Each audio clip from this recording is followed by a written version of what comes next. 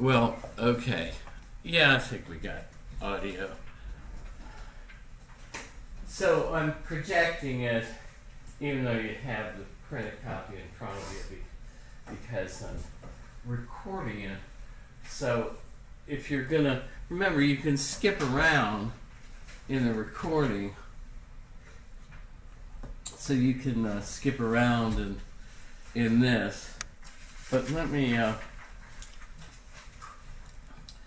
go through this and give you some detail. Again, it actually helps you, as I said last time, for the prompts to be longer rather than shorter, because I'm giving you more hints about the kinds of things a good essay ought to have in it. So, explain, discuss, and evaluate the following passage from the Myth of the Cave. For the prisoners, reality would consist of nothing but the shadows. Well, how did they get to this point? Well, here it's good to do some background on the prisoners in the cave and why. How is it they came by the belief that the shadows are the most real things? You would want to bring in things like the fact that they've been there since early childhood, that the shadows are all they know because their head and their necks are changed so that they can see only the shadows. And so, having grown up in that environment, experiencing nothing but the shadows,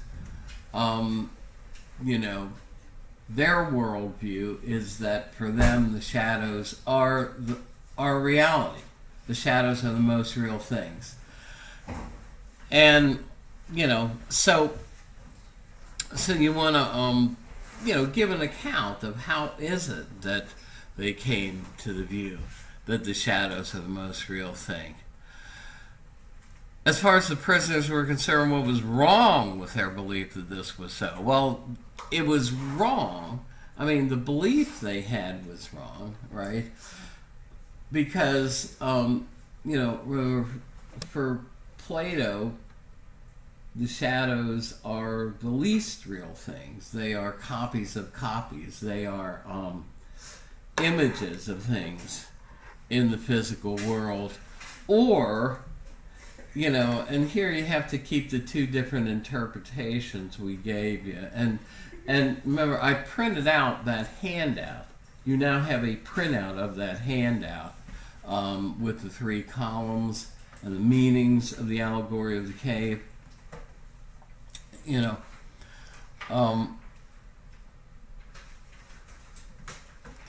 So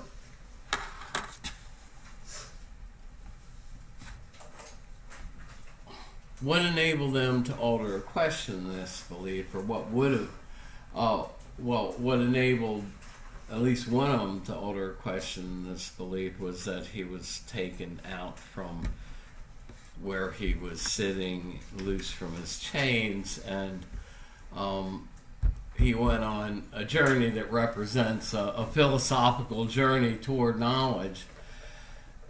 And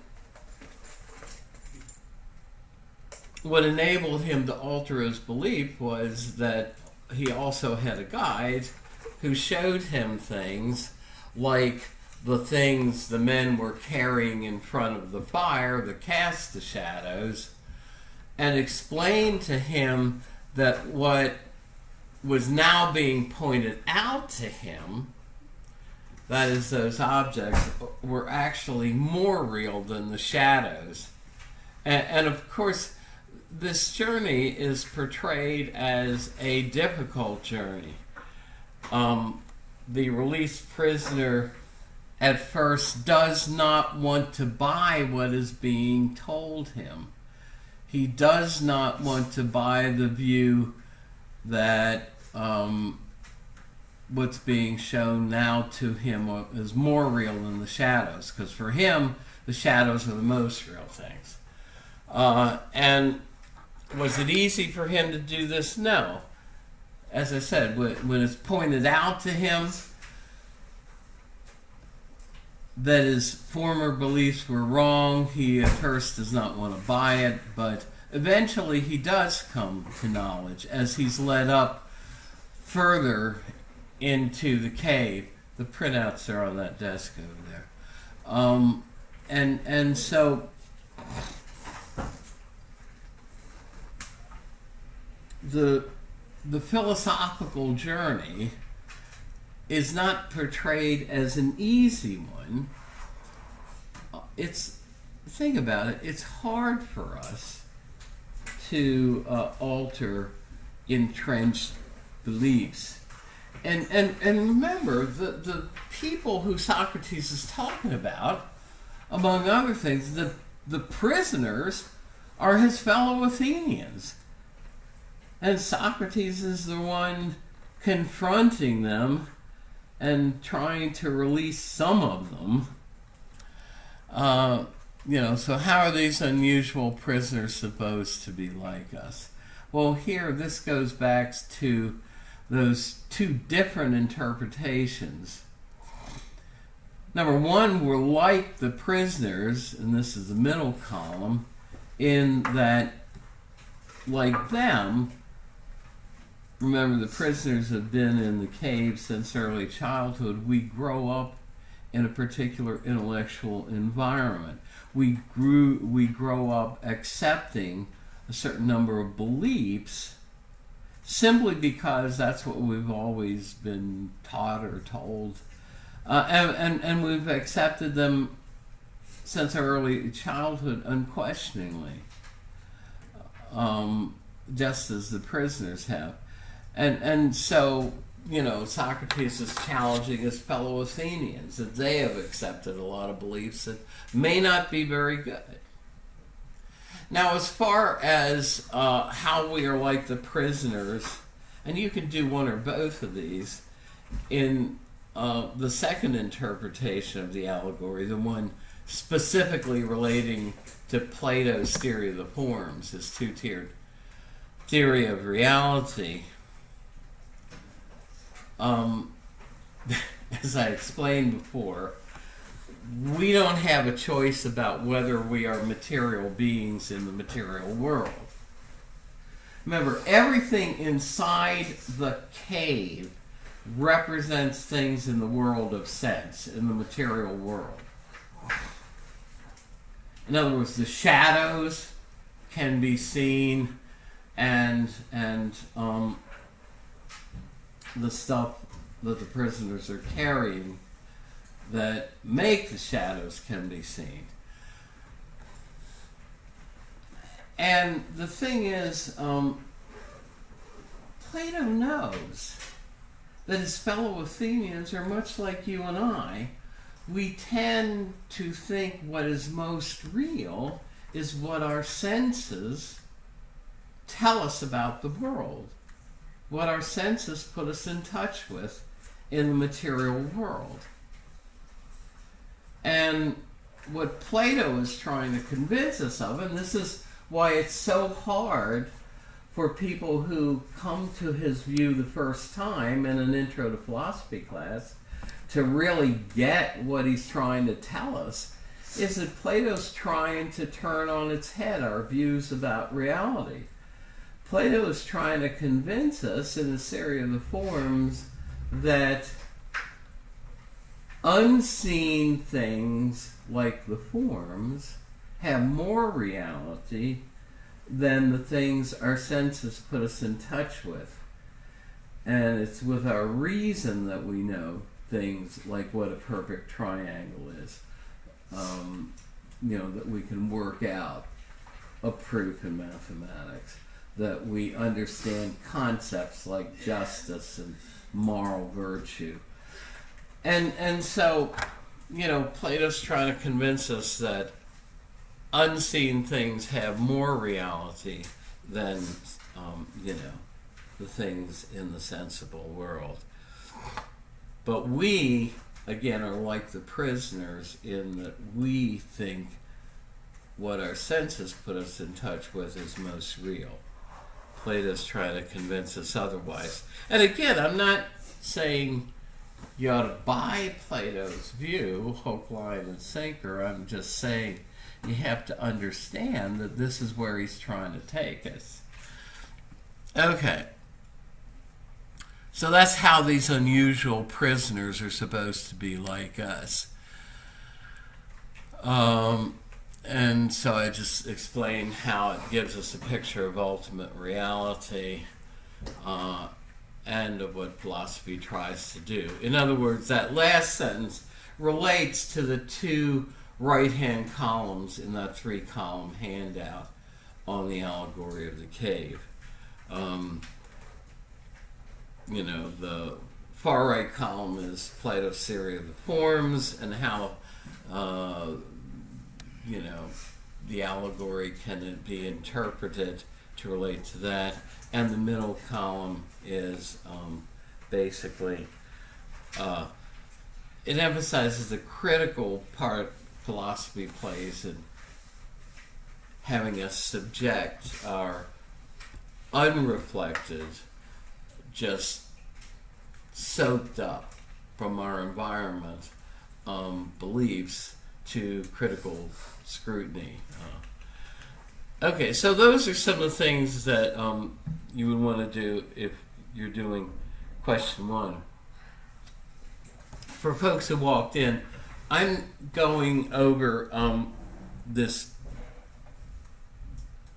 by way, in other words, this is how I'm doing the review. You have a review already recorded, Integrity, from a past semester of me going over that other sheet. I'm going fast, but I'm recording this. So if you say, well, okay, I don't remember everything he said about what you might want to include in question 1, let me go back and replay just the part of the Integrity recording where he discusses question 1, because that's the one I want to do. That's what I'm recording it for. Okay. As well as for anybody if they're sick today or whatever.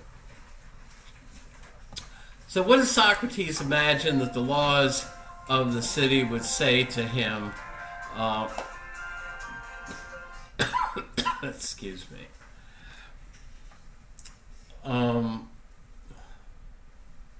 Okay, I almost have my old one memorized. Okay, what does Socrates imagine that the laws of the city would say to him that he would be destroying them if he accepted his friend's plan of escape? Well, how is he going to be destroying the laws? Well, here again, remember, you do not want to write your essay, and this goes not just for an essay for me in this class, but in general. The purpose of this essay is, as I once heard somebody say, creating an artificial need to know the material, but also to convince me that you've at least read and understand some of this stuff. And so you want to write your essay not as an email to me where I understand all this stuff as background knowledge, but you're writing to an imaginary reader who needs to be filled in on stuff. And this is what your English teachers will tell you as well. And so how is it that he will be destroying the laws? Well, here, remember, that's why I went into some background about what Socrates tells us, or what went on in the Crito, and what Socrates tells us in the Apology about what went on at his trial. Because remember, he was found guilty by a jury of essentially 500 fellow Athenians, but there was no set penalty for what he was found guilty of. charges like corrupting the youth of Athens, teaching them to be atheists, making the worst argument the stronger, being a verbal trickster, in other words, making a bad position sound like a good position, studying things in the sky and under the earth, being a nature philosopher. These are the things Socrates was accused of. So, Athenian law provided that if there was no penalty on the books, and folks, please put your phones away unless you're taking notes on them, which I know some of you are fast enough that you can do that. But basically, remember, the prosecutors got to propose a penalty in what we today would call the penalty phase of the trial, and the accused, or somebody representing the accused, the person who had just been convicted, would get to propose a counter penalty, and then there would be a second jury vote, and that person would get whatever penalty the jury voted. And usually juries weren't so much different than juries now. Usually they would pick the less harsh penalty. Now remember, Socrates, at that point in the trial, could have proposed exactly what his friends are trying to set him up to do. Socrates could have said, well, as my penalty, I would choose exile from Athens. And had Socrates chosen exile, and the jury voted, and they voted for exile rather than the death penalty, had that happened, then Socrates would have left Athens with the blessing of the state. What he was doing then would have been in line with what the courts had decided for him, and everything would have been okay. But as we saw, Socrates gave an in-your-face reply when it came time to offer a penalty. Socrates said, look, these are trumped up charges. I'm not guilty of them. I'm not even going to assess a small fine as my penalty.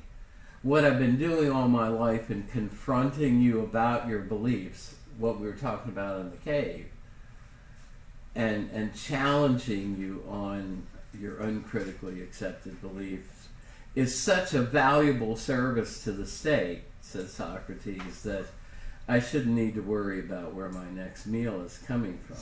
Because Socrates was relatively poor by this time.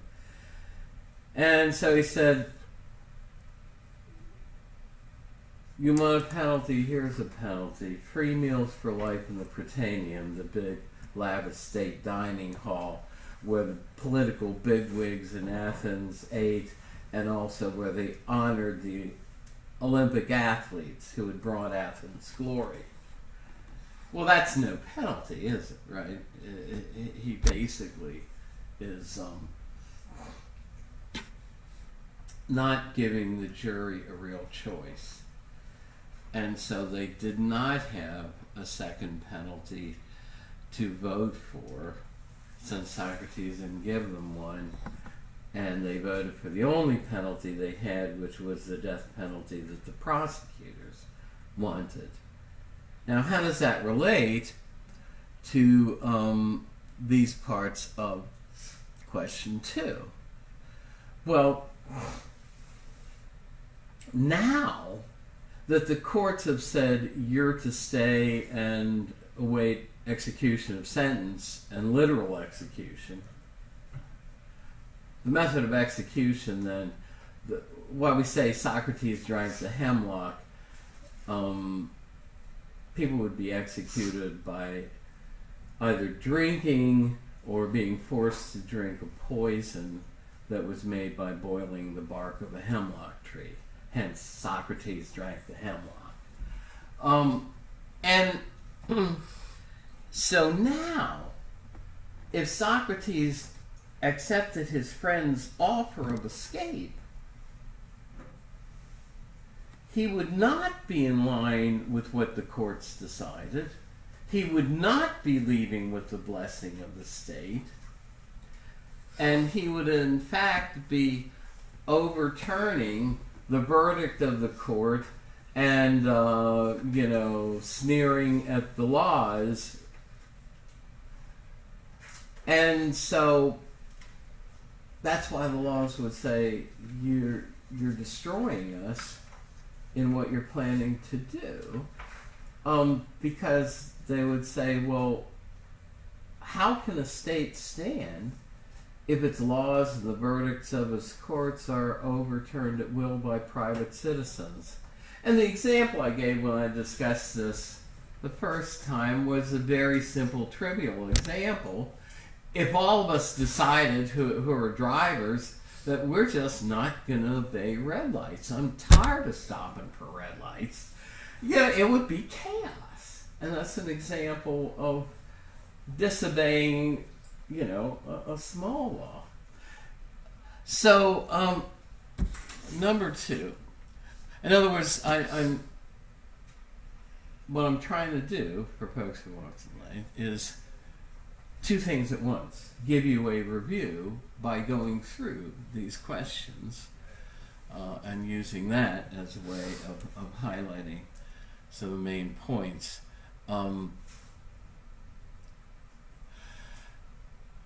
And you also have integrity, me going through the other handout. Okay.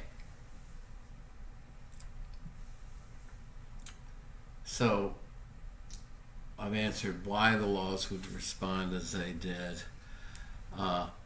He sees himself under an obligation in a number of ways, but mostly because he has remained there willingly. He could have left Athens at any time if he disapproved of how their courts administered the laws or the laws themselves, but he did not leave. Now, Socrates takes an unusual stance, I think, to many of us. He thinks that, and this is what the rest of this question concerns, he thinks that the state is like a parent to him. The laws of the state enabled his parents to get married, to raise him, bring him into the world. It's under the laws of the state that he was educated, just like many of you, as was I, educated by the city of Baltimore and its public school systems. And so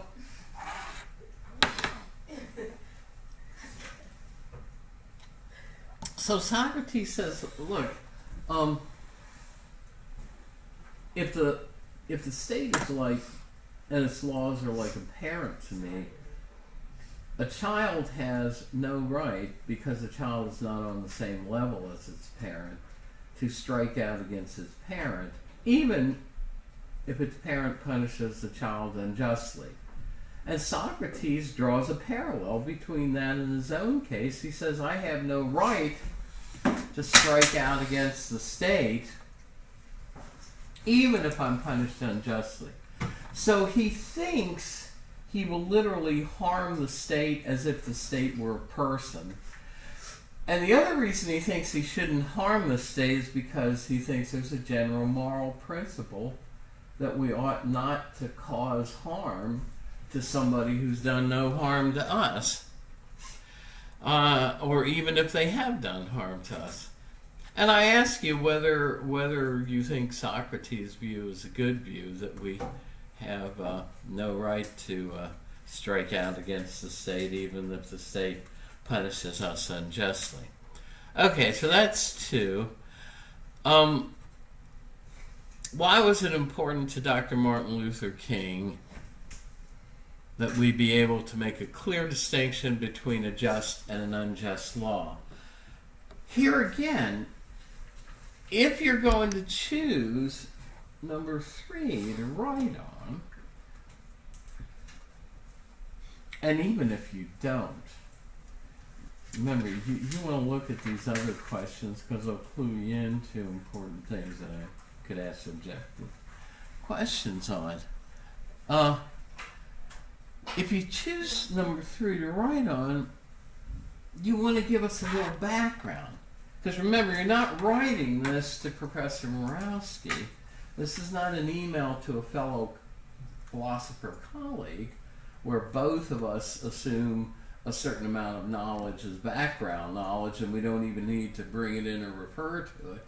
You're writing to an imaginary intelligent reader who's ignorant of the issues you're discussing in the essay, and that you have to bring them up to speed and fill them in on some background, right? So why was it important to him that he be able to make this distinction? He tells us.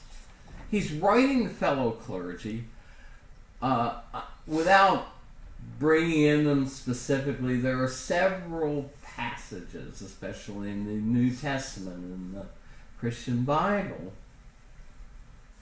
that indicate that since all states are at least allowed to exist by God, that it's the responsibility of a Christian to basically live under the laws of that state and obey the laws of the society and the state that they're in.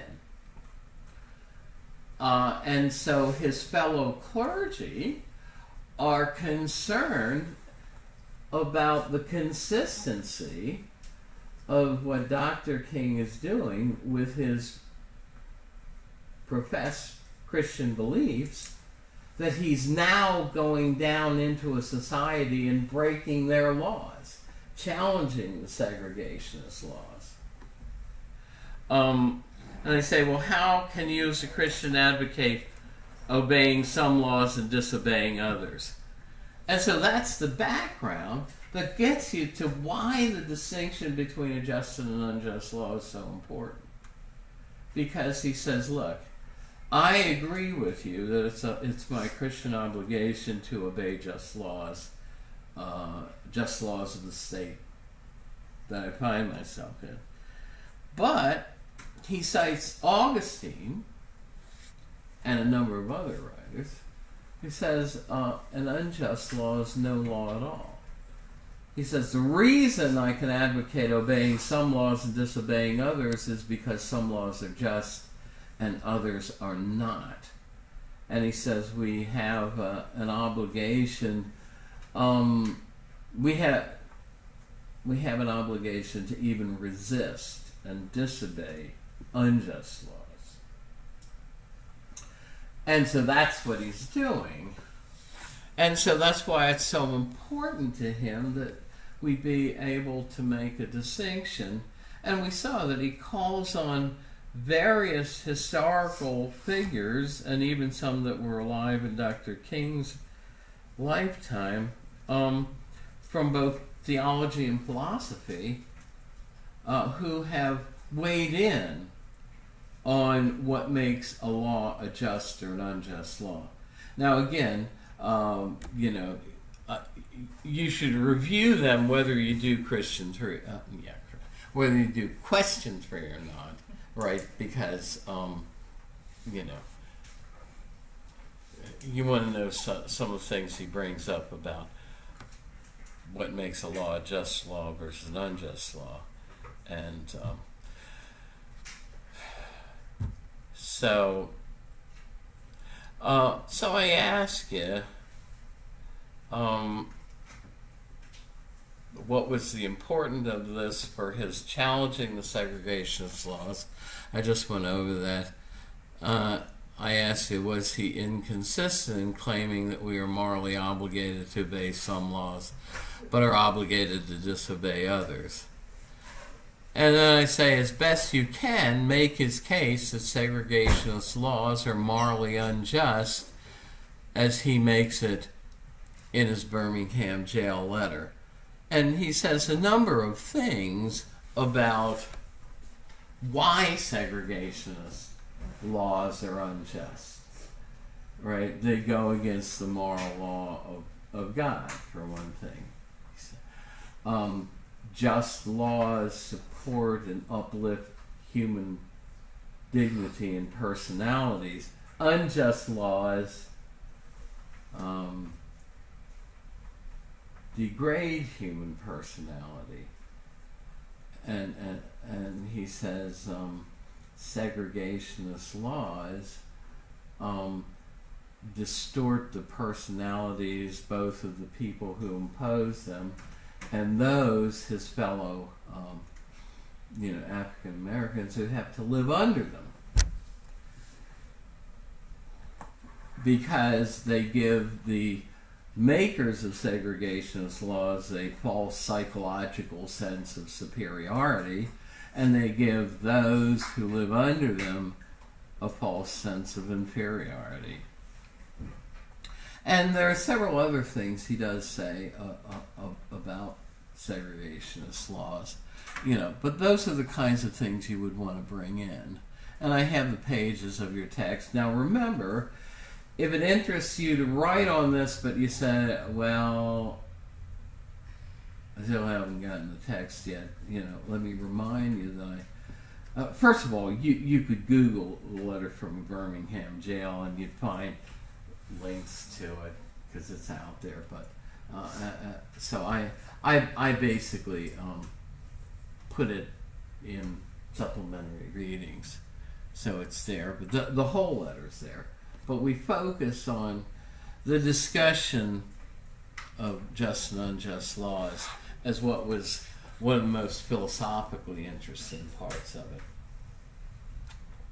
And remember, he also thought of himself as wanting to create a creative tension, just like Socrates did in challenging his fellow Athenians.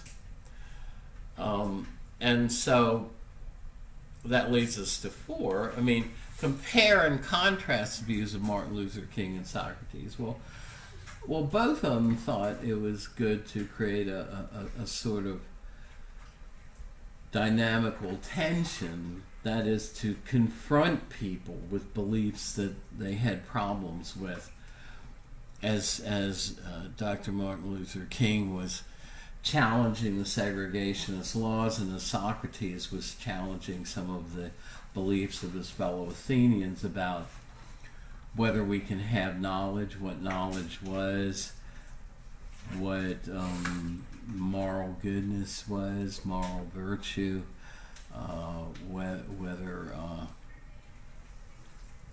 we can know anything for sure, and what is Socrates challenged his fellow Athenians on some of their beliefs about justice and what it was. So they both they had similarities, but here again it looks, like Dr. King would advocate going farther in the direction of civil disobedience than Socrates seems to have wanted to go, when Socrates says it's our responsibility to obey the laws of the state, even if they would lead to an unjust punishment of us.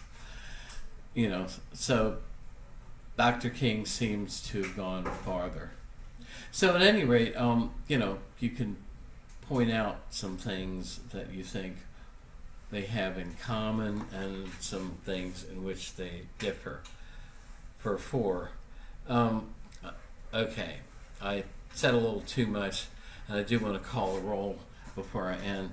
We have about 7 minutes.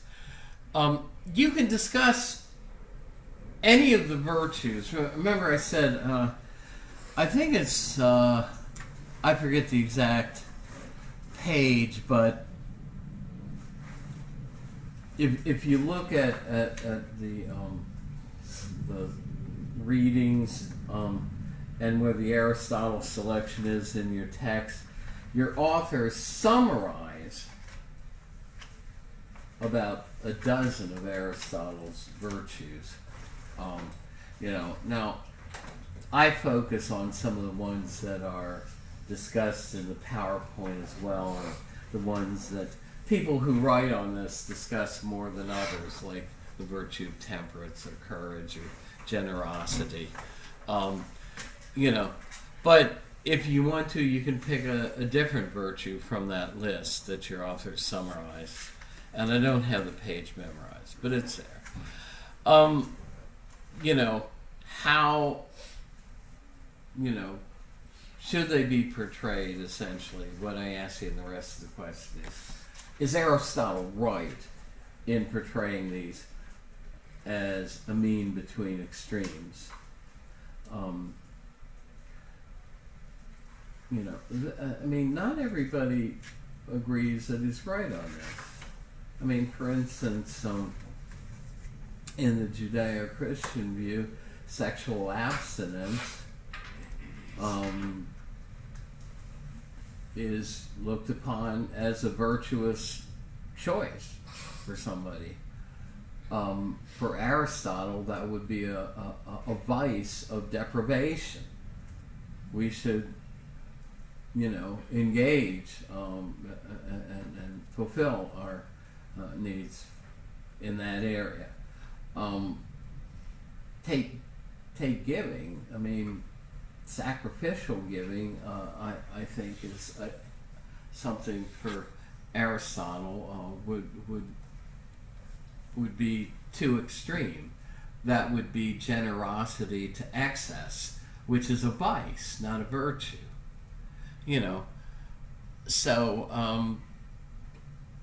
But you can weigh in on these and what you think about them.